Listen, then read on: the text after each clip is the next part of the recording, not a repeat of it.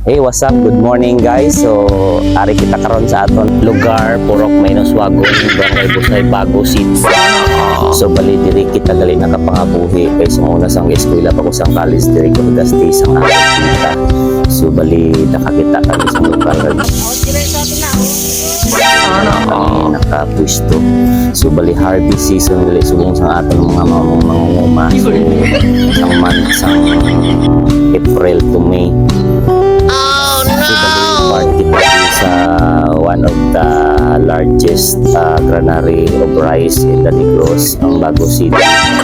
Kadako iya sang papel sa aton mga mangunguma sa pag-produce ang aton mga ginakaon. So, nalito ako sa mga mangunguma pares nila ni Mama at kay Papa.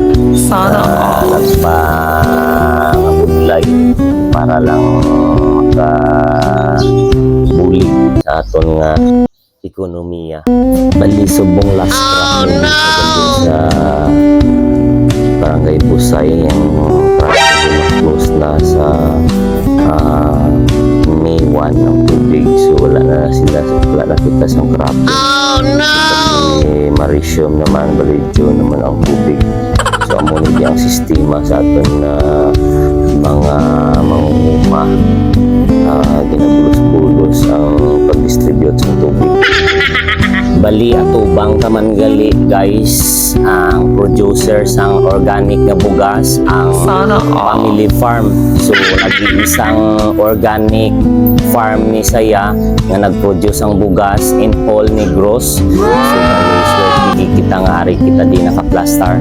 So bali amo ni ang ilang contact number sang may mga pamangkot kung ano pang ang ilang mga produkto, kung tagpila ang kilo. So may mga person man sila nga ga-entertain about tira.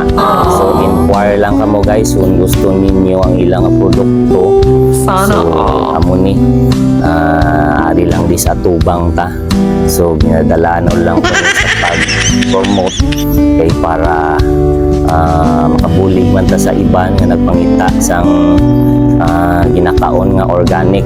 Ilabi na sa may mga edad-edad na ilang lagi nila kay taas ng ilang mga kolesterol. So inquire lang kamo guys. Ang exact address ni guys is Purok Mainoswagon, Barangay Busay, Bago City. Amo ni ang address gusto nga mag-visit sa area tag maglantaw. So amo lang ning pangitao ninyo.